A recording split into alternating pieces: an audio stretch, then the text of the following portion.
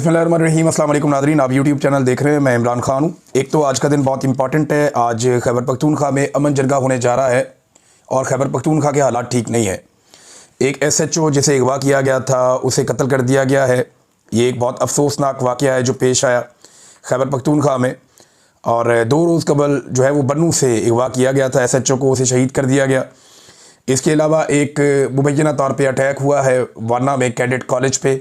वहाँ पे कोई जानी नुकसान नहीं हुआ, कोई ज़ख्मी नहीं हुआ और इतला के मुताबिक तमाम दहशतगर्दों को कत्ल कर दिया गया है।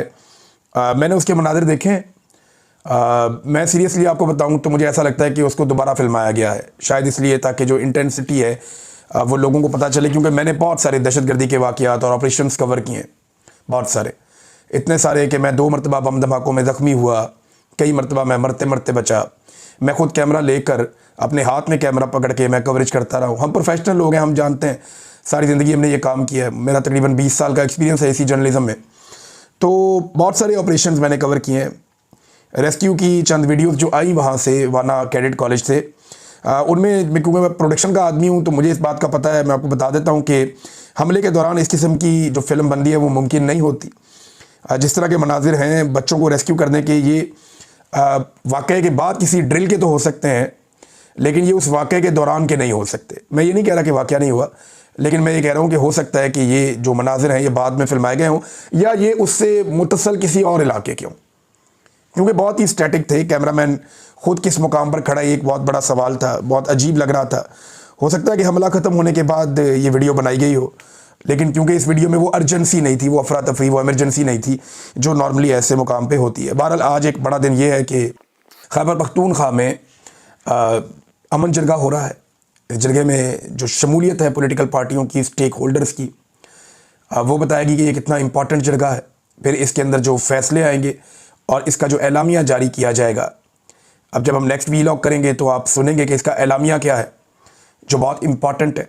वो एलामिया मैं आपके साथ शेयर करूंगा और वो एक रुख का तयन करेगा कि खैबर पख्तूनख्वा की हुकूमत वफाक के साथ मिलकर इस दहशतगर्दी से कैसे निमटना चाहती है या निमटने का रास्ता क्या है। ये इशू तो बन गया, लेकिन गुज़िश्ता रात मैं एक अजीब चीज़ आपको बताता हूँ। मुझे बड़ा अफसोस हुआ देखकर कि जश्न का समा था, जश्न चल रहा था, सेलिब्रेशन हो रही थी 27वीं आईनी तरमीम की। जरदारी साहब ने तमाम जो जमातें हैं इत्तेहादी, उन्हें बुलाया हुआ था, इशाया हो रहा था, दावत हो रही थी, जश्न हो रहा था। वज़ीर आज़म बस देर और सदर भी वहाँ थे, बाकी लोगों को भी बुलाया गया था। तो किस बात का ये लोग जश्न मना रहे थे? यानी कल का दिन इतना अफसोसनाक था कि एक तो वाना में हमले की बड़ी खौफनाक कोशिश हुई, इस्लामाबाद में खौफनाक धमाका हुआ जिसमें 30 के करीब लोग ज़ख्मी और 12 अफराद जाँ बहक हो गए। अब दिल्ली के अंदर 8 लोग मारे जाते हैं तो पूरे मुल्क में ऐसा लगता है सन्नाटा है। उनका मीडिया सिर्फ इसी पे बात कर रहा है और पूरी हुकूमत इसी पे बात कर रही है। प्राइम मिनिस्टर से लेकर नीचे तक सब इसके ऊपर जुड़े हुए हैं और वो उसको एक ऐसे वाक़े के तौर पे ले रहे हैं जिसने पूरे इंडिया को हिला कर रख दिया। 1.5 अरब का लगभग वो मुल्क होने वाला है और वहाँ पे 8 लोगों की मरने पे इतना वबीला मचता है धमाके के बाद। पाकिस्तान में हमारे कैपिटल के अंदर 12 लोग जो हैं वो जाँ बहक हो जाते हैं, शहीद हो जाते हैं और उसी रात वहाँ पर एक इशाया किया जाता है। इरफान सिद्दीकी साहब का इंतकाल हुआ। PMLN को कम से कम ये तो कहना चाहिए था कि इरफान सिद्दीकी साहब के लिए रुक जाइए, अभी हम सोग में, हम एक आधे दिन के बाद या 2 दिन के बाद ये कर लेंगे, लेकिन ऐसा नहीं हुआ। कुछ लोगों ने ये भी आवाज़ उठाई कि खैबर पख्तूनख्वा के वज़ीर आला ने कहीं क्रिकेट खेली है जाकर, उन्हें वो नहीं खेलनी चाहिए थी जब दहशतगर्दी हो रही थी। तो ये अब दूसरी तरफ से लोग ये बात कर रहे हैं। लेकिन आज का जो एक जरगा है, बड़ी खबर तो वहाँ से आएगी कि खैबर पख्तूनख्वा की हुकूमत इन वाक़यात के बारे में क्या सोच रही है और वहाँ के जो स्टेक होल्डर्स हैं वो मिलकर क्या चीज़ें तय कर रहे हैं। नाज़रीन, 3 जगहों पे इस वक्त रेड अलर्ट है, हाई अलर्ट है। 3 ऐसे दारुल-हुकूमत हैं, एक दिल्ली इंडिया का दारुल-हुकूमत, एक इस्लामाबाद पाकिस्तान का दारुल-हुकूमत और एक काबुल अफ़गानिस्तान का दारुल-हुकूमत। ख़ित्ते में एक बड़ी तनाव की कैफियत पैदा हो गई है, ख़ास तौर पे 2 हमलों के बाद। एक इंडिया में जो कार का हमला हुआ है जिसको वो ग्रेजुअली पाकिस्तान की तरफ आहिस्ता आहिस्ता मोड़ रहे हैं, वो उस हमले को उठा के कश्मीर तक तो पहुंच गए। अब वहाँ से उन्होंने पाकिस्तान में इसका खुरा दाखिल करना है जो उनकी आदत है। दूसरा, पाकिस्तान के वज़ीर ख़ारजा ने इस्लामाबाद में होने वाले अटैक के ऊपर वज़ीर दिफ़ा ने, ख्वाजा आसिफ ने, बराह रास्त अफ़गानिस्तान के ऊपर इल्ज़ाम लगा भी दिया है। और उन्होंने कहा जी कि अफ़गानिस्तान ने पॉलिसी के तहत किया है, ये उनकी पॉलिसी है और इस तरह के धमाकों से वो दबाव बढ़ाते हैं। ये बड़ा संगीन इल्ज़ाम है जो अफ़गानिस्तान के ऊपर लग गया है। अब इन तीनों मुल्कों में जो दिखाई दे रहा है वो ये दिखाई दे रहा है कि एक तनाव पैदा हो गया है। देखिए, पाकिस्तान के अंदर जो दहशतगर्दी है उसको अफ़गानिस्तान की हुकूमत ने या उनके तालिबान ने नहीं रोकना। पाकिस्तान के अंदर जो दहशतगर्दी है वो पाकिस्तान की सिक्योरिटी फोर्सेस ने रोकनी है, हमारी इंटेलिजेंस ने उसे नाकाम बनाना है। जबकि हमने अफ़गानिस्तान के साथ ये मामला तय करने हैं, उनके साथ बिठाकर बात करनी है, दबाव डालकर, सख्ती से, नरमी से, जैसे भी हमने करना है। अफ़गानिस्तान को ऑन बोर्ड लेना है दहशतगर्दी ख़त्म करने के लिए, ना सिर्फ पाकिस्तान में बल्कि अफ़गानिस्तान में भी। एक बात आप याद रखिएगा कि अगर इंडिया, पाकिस्तान और अफ़गानिस्तान के बीच में लड़ाई होती है तो इसकी बेनिफिशरी जो है वो तीनों मुल्कों के जर्नैल होंगे। अगर एक मुख्तसर लड़ाई होती है, मैं लंबी लड़ाई की बात नहीं कर रहा, 2 4 5 दिन 6 दिन की टुक टक लगती है, अगर हफ्ता 2 हफ्ता, तो जर्नैल जो है वो तीनों मुल्कों के इसके बेनिफिशरी होंगे और तीनों मुल्कों के जो फाशिस्ट हुक्मरान हैं वो भी इसके बेनिफिशरी होंगे। क्योंकि लड़ाई में लोगों को बेवकूफ़ बनाना बड़ा आसान होता है। इंडिया कहेगा हम जीत गए, पाकिस्तान कहेगा हम जीत गए और अफ़गानिस्तान कहेगा हम जीत गए। तो इस तरीके से तीनों मुल्कों के लोग जो हैं वो अपने अपनी लोगों को बेवकूफ़ बनाने की कोशिश करेंगे। जो तीनों मुल्कों के हुक्मरान हैं वो यही करेंगे और यही हम माजी में भी देखते रहे हैं।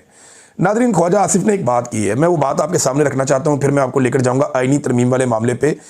अब वहाँ पे जज साहब का जो एक स्टेटमेंट है वो बहुत बड़ा स्टेटमेंट, अलार्मिंग किस्म का है, जो जज साहब ने ख़त लिखा उसमें। अच्छा, इसमें ना जो ख्वाजा आसिफ साहब का बयान है वो कहते हैं मैं आज जो कुछ कर रहा हूँ मुझे नहीं पता कि ये ठीक है या गलत है, क्योंकि मेरे पास इसके असरात जानने की सहूलत नहीं है। मुझे नहीं पता कल इसके नतीजे में क्या होगा, लेकिन 40 साल बाद तारीखदान बताएंगे कि ये सही था या गलत था। जनरल ज़िया ने आज से 40 साल पहले जो कुछ किया वो गलत था। मैं उस पर तनकीद भी करता हूँ। आज मेरे वालिद उसकी काबीना का हिस्सा थे, लेकिन उनके पास भी सहूलत मैसर नहीं थी, इसलिए उन्हें पता नहीं था कि वो गलत कर रहे हैं ठीक करें। तो ख्वाजा आसिफ साहब, ये ना आजकल के दौर में स्कूल के, यूनिवर्सिटी के, कॉलेज के बच्चे को पता होता है कि सही क्या और गलत क्या है। कुछ उसूल हैं जो दुनिया ने पूरी ने वज़ा कर दिए हैं। कुछ तो हमारे इस्लाम के उसूल हैं, उनसे आप दूर नहीं जा सकते। इंसानी अखलाकी उसूल हैं, उनसे आप नहीं दूर हट सकते, जो आप लोगों ने छोड़ दिए। और कुछ बुनियादी उसूल है। नंबर 1 ये है कि मैंडेट का एहतराम आपको हर हाल में करना चाहिए। अगर आप नहीं कर रहे तो आप गलत कर रहे हैं। मेरिट होना चाहिए, जो यहाँ पे नहीं है तो आप गलत कर रहे हैं। कानून की हुक्मरानी होनी चाहिए, पाकिस्तान में कानून की हुक्मरानी नहीं है, लेवल प्लेइंग फील्ड भी नहीं है, तो इसका मतलब है आप गलत सर खड़े हैं, गलत कर रहे हैं।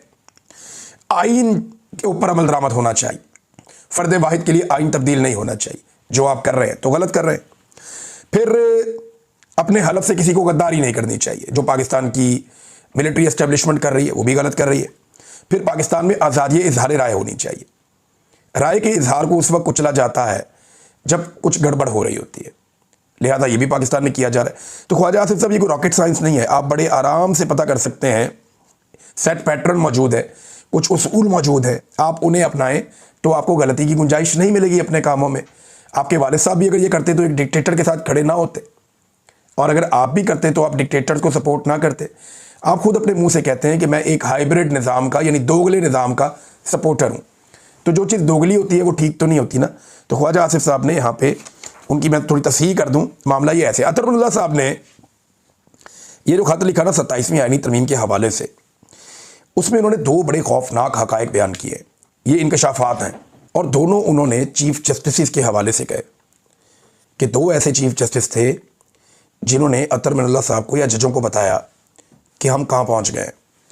एक चीफ जस्टिस ने कहा कि जबरी गुमशुदगी का जो रुझान है वो मेरे दरवाजे तक पहुँच चुका है, यानी मेरे अपने बंदे अगवा हो रहे हैं, जबरी तौर पे लापता करने का रुझान मेरे दरवाजे तक पहुँच चुका है, अंदाज़ा कीजिए आप।